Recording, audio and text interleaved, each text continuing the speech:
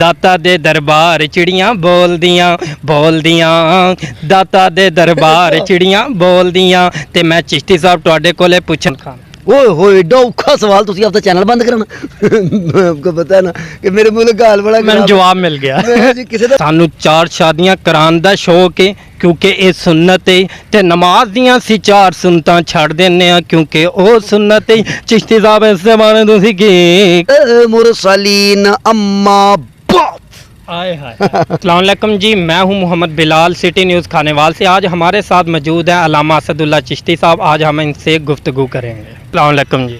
वालेकुम सलाम व रहमतुल्लाहि व बरकातुहू।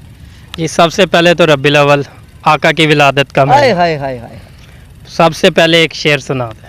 हाँ आ गया सोना कमली दी झुंवे मार के ताजा वेख दे रह गए। अच्छा जी, उस तो बाद एक होर चीज़ जिंदी वजह तुसी वायरल होयो अम्मा बाद। हाय हाय हाय हाय अल्हम्दुलिल्लाह रब्बिल आलमीन वल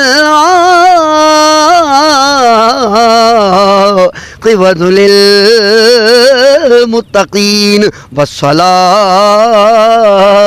वस्सलामु अला सय्यदिल अंबिया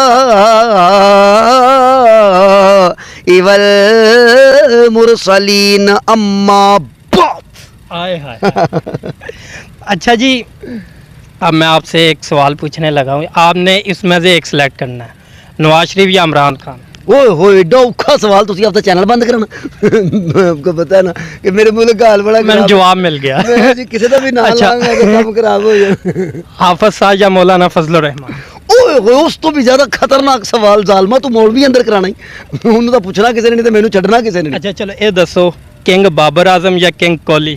ए पॉइंट है क्योंकि मैं पाकिस्तानी हूँ तो भावें कुछ भी ना हो फिर भी पाकिस्तान जिंदाबाद। अच्छा जी, एक अपना लाहौर है दाता साहब ने ਇੱਥੇ ਅਕਸਰ ਇੱਕ ਪੜ੍ਹੀ ਜਾਂਦੀ ਚੀਜ਼ ਨਾ ਜੀ, ਦਾਤਾ ਦੇ ਦਰਬਾਰ ਚਿੜੀਆਂ ਬੋਲਦੀਆਂ ਬੋਲਦੀਆਂ ਦਾਤਾ ਦੇ ਦਰਬਾਰ ਚਿੜੀਆਂ ਬੋਲਦੀਆਂ ਤੇ ਮੈਂ ਚਿਸ਼ਤੀ ਸਾਹਿਬ ਤੁਹਾਡੇ ਕੋਲੇ ਪੁੱਛਣਾ ਚਾਹਨਾ ਵਾਂ, ਦਾਤਾ ਦੇ ਦਰਬਾਰ ਚਿੜੇ ਬੋਲਦੇ ਬੋਲਦੇ ਦਾਤਾ ਦੇ ਦਰਬਾਰ ਚਿੜੇ ਕਿਉਂ ਨਹੀਂ ਬੋਲਦੇ। नहीं चिड़े सारे गुजराले वाले ने खा लेने बेचारे किवें बोलणगे, उन्हां लालियां भी फड़का चढ़ियां ने, ये किसी ने झूठ मारे होएगे ते चिड़ियां बोलदियां ने। चिड़ियां चुड़ियां कोई नहीं बोलदियां जनाब, यकीन मनो उत्थे तो बेचारे कबूतर भी चुप करके लगे फिरदे हुंदे ने, वो तो चिड़ियां चुड़ियां नहीं बोलदियां जी। ये बाबा दे दरबार चिड़ियां बोलियां सन, उन्हां दाता साहब ते पातियां होणियां ने। अच्छा जी, सानू 4 शादियां कराउण दा शौक है क्योंकि ये सुन्नत है ते नमाज दियां सी 4 सुन्नतां छड्ड दिंने आ क्योंकि वो सुन्नत है। चिश्ती साहब इस दे बारे तुसीं की कहना चाहोगे। मैं जनाब तुहानूं हुण की दसां, 4 शादियां वाले बिल्कुल तुसीं सही पढ़िया। वैसे 4 शादियां दा बंदा शौक ही कर सकदा है, पर जो हालात जा रहे ने ते एक भी मुमकिन नहीं। अच्छा चिश्ती साहब तुहानूं हुण खानेवाल असीं बुलाना होवे तो ਤੇ ਫਿਰ ਤੁਸੀਂ ਹੁਣ ਸਾਡੇ ਅਸੀਂ ਗੱਡੀ ਗੁੱਡੀ ਨਹੀਂ ਕਰਾ ਸਕਦੇ, ਫਿਰ ਕਿਵੇਂ ਆਉਂਗੇ। नहीं मैं पैदल तो पहुंच भी नहीं होना मेरे को यार, पैदल नहीं मेरे को आया जाना, मैनू बस बुस करा दिया जे ते 72 सीटर ना कराया जो सारे राह ठप्पा खांदी ਜਾਂਦੀ ਵਿਚਾਰੀ। मौलवी ना मरवा लिया जी आपदा।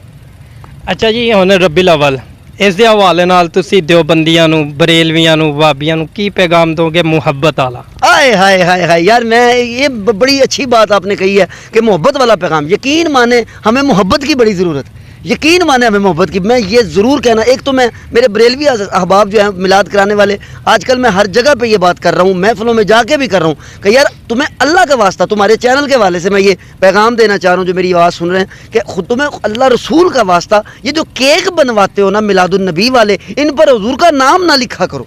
बिल्कुल सही बात की है। ये अल्लाह करे किसी को समझ आ जाए, अल्लाह की कसम, जब ये मोहम्मद नाम लिख के ऊपर छुरी चलाते हैं ना, वो फिर यहाँ चलती हैं छुरियाँ।